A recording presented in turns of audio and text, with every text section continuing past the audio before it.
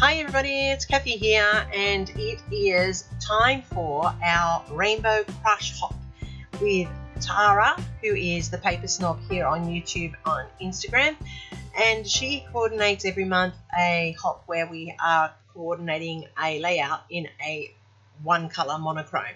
So this month is pink, and that's obvious with my collection, and I thought I would use some uniquely creative.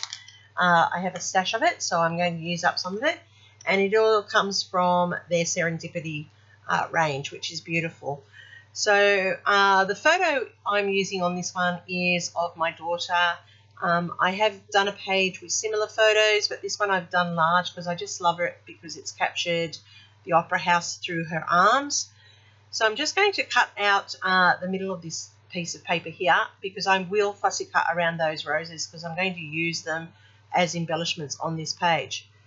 So I'm now going to use this page that you can see here that I'm going to tear because I'm going to take out a panel of it, and then I have the other page with the beautiful roses on the sides, and they are going to become my side panels on my layout. And then I'm just going to piece this together back into a 12 by 12, which seems a little bit strange, but I wanted to use both sides because look at those roses and rosettes on there. Aren't they just gorgeous?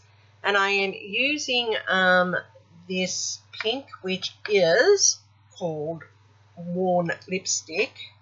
No, sorry, it's not. It's Pickled Raspberry I went with, the Pickled Raspberry. And I am edging with the ink to create that distressed layer. Now, as I said, each month Tara is giving us a colour to work with, and February was, as I said, pink, and we're required to use about 75% of our layout in that colour. So mine is pretty much, I'd say, 95% in this colour. So I'm just distressing the edges, and that's because I want it to give a bit of a rustic look and a rustic feel to it, also a bit of a shabby feel.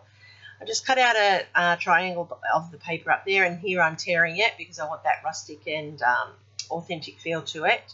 And I'm just distressing those edges as well. Now, I was thinking of inking them, but I just feel that I don't need to because they're, oh, I changed my mind. Sorry, I tell a lie. I did ink them. I'm surprised. But yeah, that distressing with the ink just gives it that heritage feel, that vintage feel, and it just softens the edges so your layout looks nice and soft around the frame. So what I'm doing now is I'm just taking off the double-sided tape that I used to stick it down, and I'm using another piece of the Serendipity, the one where I cut those roses out, to be my backing and my frame. So you can see the rose peeking out through that distressed tear at the top. I'm now going to use the opposite side of that flower, which is this pinstripe, and I'm just going to distress that up, and that's going to be for my photo mat, and that's going to go in the background. I'm just going to ink it up a little bit, and it is a little bit plain, so I want to be able to draw the photo mat into the layout. So I have this script stamp which I'm using, and I'm just going to use it like a watermark on this layout, and it's going to fade in the background. Now, you won't see much of it. It's just going to appear here and there throughout the layout because a lot of it will get covered up. But I just wanted to draw it, just make a little bit more detail onto this layout.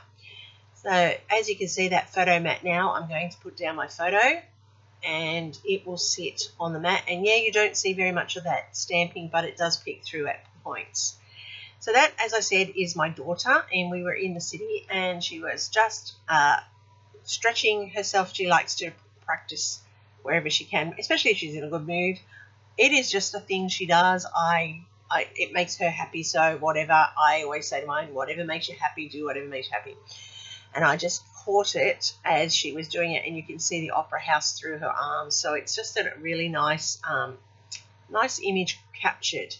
And so I thought with the pink, this worked beautiful. It's a little ballerina-ish. It's a little bit girly. Even though she's a big girl, it's still nice to do a girly layout for her.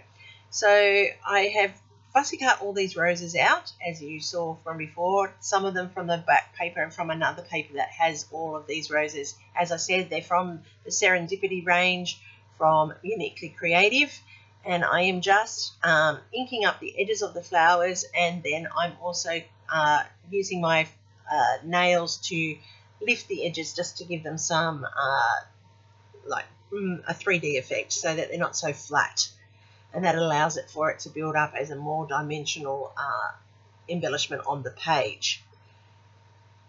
This does take a little while to do, but it is worth it because of the detail that it adds and the shadows that it adds to your layout. Now I have got die cuts which are outlines of those roses, which is beautiful, and they'll sit there in the corner. I did cut those square frames as well, just to add in behind and add some more detail. And I'm just layering up my flowers how I'd like them on the layout. And I'm just moving them around to get the right effect. I have light pink and that dusky rose pink for my die cuts. And you can see that that's allowing for the building up of those embellishment clusters so that they've got some meat to them, some depth. And then I'm just placing them strategically around the photo so that the layout is just building up in that intensity and layering, which is always important on a cluster. So as you can see, I went off screen and glued it all down, and I did make some adjustments with those square frames to help those clusters achieve height. I'm adding in some pops of colour now, which you all know I like to use because they then flatten out to give that enamel dot effect. Now, using my Uniquely Creative gold pen, I am just adding some sparkle to the centres of the flowers, and this is a really good pen to add that. It's got a bit of a gold glitter tinge to it, but not so much. It's opaque, so you get the little bit of a hint, and it's just a lovely shimmer pen that I love using because it actually is quite a moist one, which makes a big difference when you're highlighting pieces on your layouts. So I'm quite happy with how this has come out. You can see that cluster there with those die cuts and the fussy cut flowers. You can see that I have layered it up, popped up some added dimension. I've put in that little quote, "I will do big things," and there you go. That's how this layout has come together. It does meet the criteria of pink. It is very, very pink. And this is now how you see the true colours of that layout because I've taken it outside in the sun. So there's a full playlist link down below. Thank you for watching. I hope that I've done something to earn that thumbs up from you. Please have a go. Create a monochromatic one in pink and join along with everybody. Don't forget to go and check out everyone else. Thanks, Tara, for this great hop. It makes a difference when we've got something to work to. Happy scrapping till next time. Here's my next recommendation for you, and I'll see you in the next video.